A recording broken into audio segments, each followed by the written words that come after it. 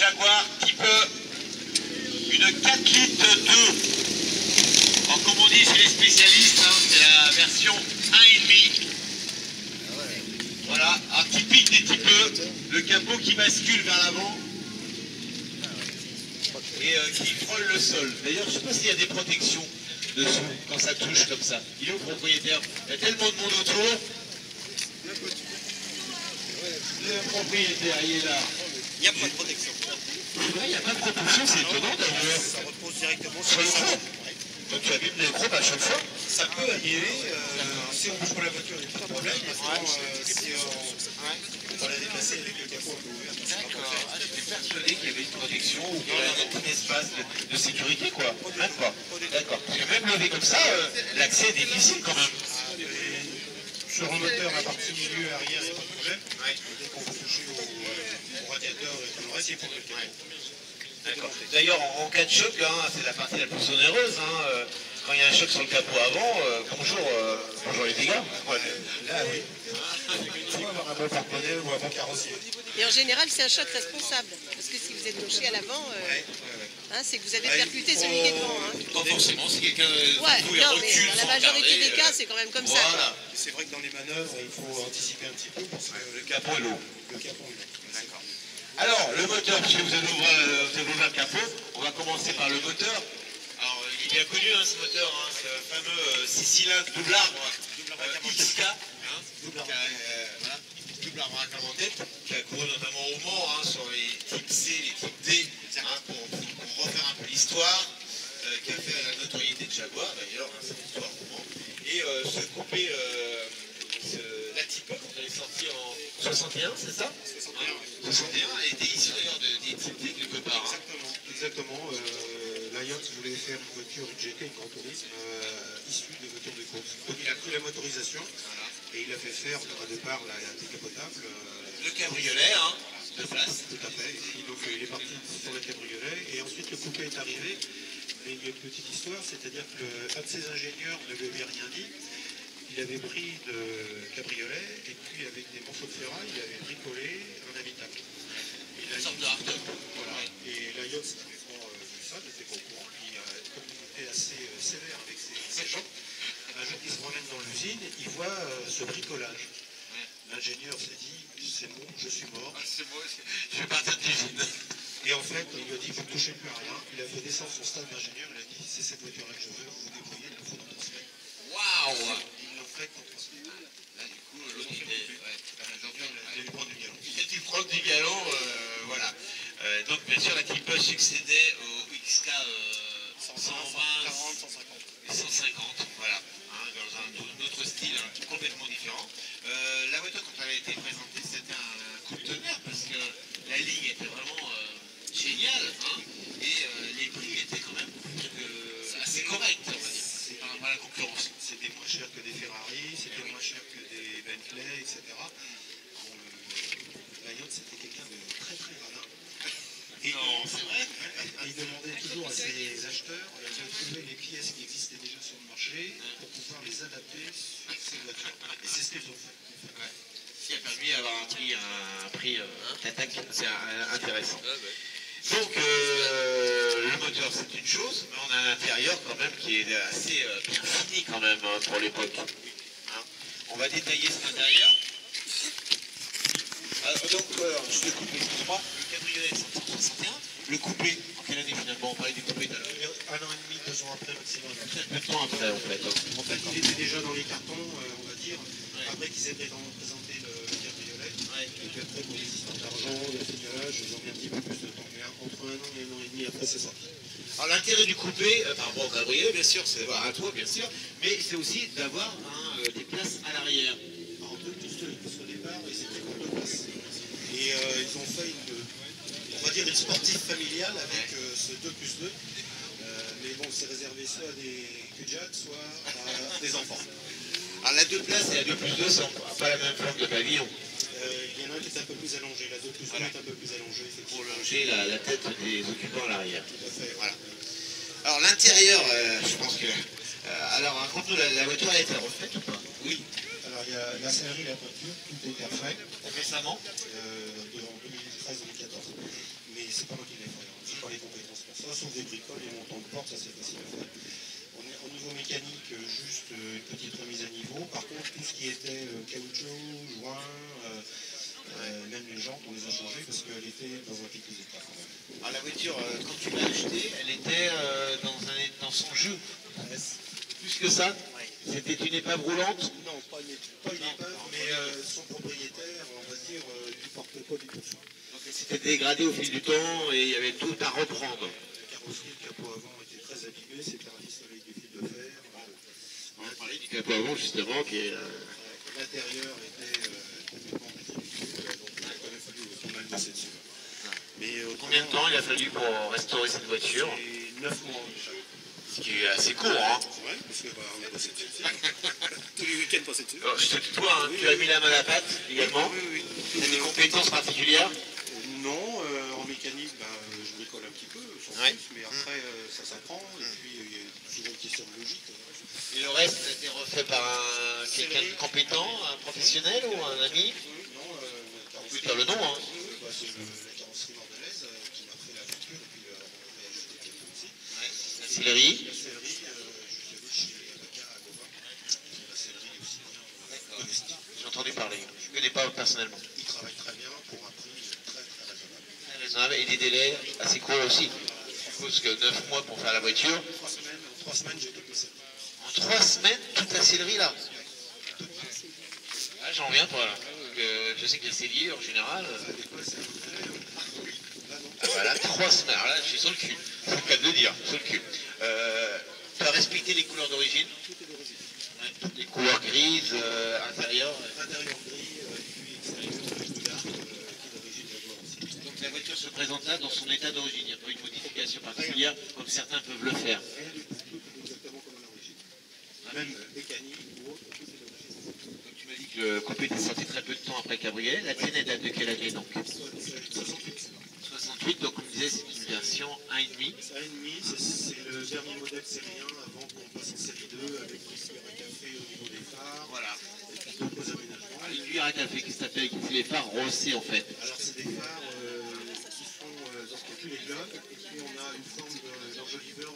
Voilà. Les Anglais appellent ça coffee spoon, voilà, parce que ça donne une forme de cuillère à café. Et les phares sont plus hauts, c'est pour ça qu'on peut mettre la fameuse bulle. Parce que pour le marché américain, à un moment les normes ont changé, il fallait une hauteur de phare limitée comme le marché américain bien sûr. C'est très important pour les petits constructeurs de l'époque. Les Jaguar restent un petit constructeur. Les types confondus, c'est rien de 3, il y a eu 72 500 exemplaires en fait, à peu près de fabriqués. Les 2 tiers ont été vendus aux États-Unis. Ça a rapporté des royalties aux États-Unis, à l'Angleterre. Voilà. Lion, ça a été amélioré par la reine parce qu'il a contribué au redressement économique de l'Angleterre avec sa voiture. Qui en a après-guerre. Voilà, il en avait bien besoin. C'est vrai que c'était un modèle très très diffusé. On rappelle que les dernières Trooper ont dû être arrêtées en 74, 75, 75 avec 12, c'était court. Voilà. On a la XJ S qui l'a remplacé par un autre style. Alors on a quand même un petit haillon à l'arrière, même si voilà, il y a de la place quand même. Hein. C'est pas familial bien sûr. Donc le rappel de la cylindrée du... Et là, je parlais de la Lancia fluviale pour son capot qui s'ouvrait à l'origine latéralement. Là, on a la même chose à l'arrière, latéralement. Ça représente une originalité de s'ouvrir comme ça plutôt que comme ça? Non, je pense qu'à l'époque, les Anglais, enfin l'Alliance, ils voulaient une petite particularité. Et puis, faire un capot type arrière type Alliance, ça n'aurait pas été très pratique parce qu'il aurait été emmené très loin. Pour le récupérer, c'était pas évident. Au niveau des charnières, peut-être avec un toit assez mince, ça a été compliqué. Donc on a une protection pour les charnières quand on met des bagages. Regardez, cette petite coque qui protège. Et là, on peut mettre quand même... Alors le coffre n'est pas très profond, mais il est assez large. On peut mettre quand même quelques bagages pour partir en week-end ou en vacances. Je sais pas si c'est le cas. On peut la mettre en 2 places. On peut la mettre en 2 places. Ah, c'est-à-dire que oui, le dossier se rabat. Comme alors, je vais dire un vulgaire break. Non. Ben si, mais si. Ah oui, en fait ça se rabat pas, ça se tire. C'est un système de quoi? De glissière, ça c'est un pivot, on comprend. Et puis on fait pivoter la banquette, le dossier. et pour la remettre en place, on Oh, c'est simple. Ah ouais, ça je connaissais pas ce système-là. c'est ça, on peut faire. C'est simple, et là, vraiment, on a un break de chasse. Pratiquement, ouais, pratiquement. Alors on parlait de l'avant avec ce grand capot qui est immense et d'ailleurs qui est compliqué à restaurer, à ajuster. Parce qu'à ajuster un capot comme ça, c'est la main. Toutes ces voitures étaient montées à la main. Et ça, c'est une française, donc toutes systématiquement. C'est-à-dire que les critères de qualité et de tolérance à l'époque sur les carrosseries n'étaient pas tip-top. Donc chaque capot était ajusté à la main par voiture. Et Delacroix, l'importateur française, c'était le seul. Quand quelqu'un lui achetait une T-Bug, il commandait un deuxième capot systématiquement. Et il ajustait le capot avant de fournir la voiture. Dans les 3 à 6 mois qui suivaient, le client revenait avec l'avant enfoncé. Il mettait le capot qu'il avait pris en double, qui repart assez rapidement, et il rénovait le premier. Ça s'appelle de l'expérience, ça. Il savait que les premiers acheteurs ont des problèmes pour... Il y a eu beaucoup de soucis, parce que les gens n'anticipaient pas la longueur du capot, et son freinage sur cette voiture est quand même assez... olé. Alors, pour la petite histoire, j'aime bien les petites histoires, moi. Dans quel film on voit des types alors, il y en a un en particulier avec De Funès. Le petit baigneur. Le petit baigneur, voilà. Vous vous rappelez du petit baigneur? Qui c'est qui se rappelle de ce film? Monsieur, vous êtes trop jeune, c'est pour ça. Et dans le film, à un moment donné, il se fait tracter par un... Il recule, ouais. Il recule, il allonge la voiture. Alors c'était un modèle bien sûr spécifique, et il recule, et le capot s'allonge, et là on peut mettre 2 V12 là derrière. Donc, voilà, c'est un des films où on voit un petit peu, il y en a bien d'autres, ça ne me revient pas en tête, mais le petit baigneur, regardez si vous avez le DVD chez vous, la type dans ce film. D'ailleurs il y a un moment ils sont à 3 dans la voiture, et d'ailleurs ça ne le fait pas. Ils ressortent très bien, très vite dans le troisième. Une anecdote avec les Tipple. Au début des James Bond, les réalisateurs et les staffs du film avaient demandé à Jaguar de leur fournir une Tipple pour le film. Myriam s'est refusé, et donc ils se sont rabattus sur la Aston Martin. Ah bah oui, ils ont tout perdu là. Ah ouais. Alors pour ceux qui connaissent Bob Moran aussi, la bande dessinée, enfin l'époque de la bande dessinée, s'est déplacé aussi souvent en Jaguar. Bob Moran. Voilà. Alors, on parlait d'avant, justement, j'en reviens. L'arrière, regardez l'arrière. Regardez la finesse de l'arrière. Qui va se perdre au fil des années sur le dernier modèle. Je ne sais pas trop la série 3, moi, parce qu'on a vu l'âme de cette voiture avec les ajusteurs. Par contre, regardez cette arrière, regardez ces sortes d'échappements. C'est beau. Il n'y a pas d'autre mot. C'est beau, c'est fin. Regardez, c'est une goutte d'eau. Un petit peu, vous la regardez coupée comme ça, c'est une goutte d'eau. Donc le profil adéquat, on a mis 106 pour pénétrer, donner la vitesse. Les performances à l'époque, c'est étonnant d'ailleurs. 250 km/h. Voilà, pour les mauvais, c'est 200 miles, c'est ça? Non, 250 km/h. La voiture a un petit défaut, les freins à l'époque ont du mal à arrêter la voiture. Les plaquettes sont grandes comme ouais. Au début des années 60, les disques, c'est encore très peu courant. C'était Dunlop, non? Oui, il y avait Dunlop, tout à fait. Je vous rappelle que Jaguar était le premier à utiliser des freins à disque en compétition. D'ailleurs, c'est comme ça qu'ils ont battu Ferrari à l'époque, aux 24 heures du Mans. Et là, bien sûr, ils ont adapté tout de suite ça aux voitures, à leur modèle. Voilà. Et donc, c'est un peu un des points faibles de la voiture à l'époque. Le freinage n'est pas terrible. Quand on regarde les voies de la voiture aussi, les voies assez étroites, regardez, quand vous reculez, regardez les voies à l'arrière, la voiture est assez haute, en effet d'optique, et les voies sont assez étroites, une route. Quand on suit une Tipper, on a l'impression qu'on a un jouet. C'est vrai, ouais. La voiture, en plus, c'est très longue, donc on a une voiture assez étroite. C'est vrai que quand on voit une Tipper aujourd'hui, par rapport aux voitures modernes, on voit que la voiture a vieilli quand même. Ce qui gagne en petite largeur, elle le perd dans sa longueur en fait. Dernière chose, on va regarder l'habitacle en détail. Le tableau de bord. C'est un peu moins fun, moi, que les premières versions. Oui. Qui était en alu bouchonné, non, je me trompe. C'était un alu effectivement bouchonné, et puis c'était des boutons aviation. Et à partir Aviation basculeur. Voilà. Donc à partir de la série 1.5, ils ont adapté le tableau de bord de la série 2. Bouton piano. Voilà. niveau sécurité aussi, plus conforme. Ouais, enfin disons que ça fait un petit peu moins voiture ancienne. Voilà. Mais il y a quand même, je dirais qu'il y a 80% du tableau de bord qui est identique à ce qu'il y avait sur les séries. Alors on est surpris par tous les interrupteurs qu'il peut y avoir comme ça au tableau de bord. On se trompe facilement, non? Il faut retenir un peu les mots en anglais et puis ou repérer les touches. Parce qu'en fait, La nuit, ça veut dire. Non, l'éclairage intérieur la nuit, c'est vraiment pas Ça date, il y a même des boutons pour l'éclairage intérieur. D'accord. On a une boîte à gants qui est vraiment assez petite, hein, pour celui-là, même si on a un range en dessous. C'est vraiment une boîte à gants. Voilà, une boîte à gants. Les bas de caisse sont assez larges, pour la rigidité de la voiture, je suppose, avec des petits cendriers intégrés dedans. Et les poignées de porte, on les voit très très basses aussi, au ras des bas de caisse. Et parce que dans cette voiture, je ne vais pas m'asseoir parce que les revendiqués, je vais pas. Mais on est assez bas. Ah, mais très bas. D'accord. On rentre avec un chausse-pied et on sort avec une baramine. Alors, est-ce que c'est agréable de rouler dans ce genre de voiture? Très agréable. Ouais. Il y a du confort, le siège est très confortable. C'est pas une sportive, hein, là aussi, hein, c'est une grande routière. Voilà, c'est une grande routière, c'est pas une voiture de.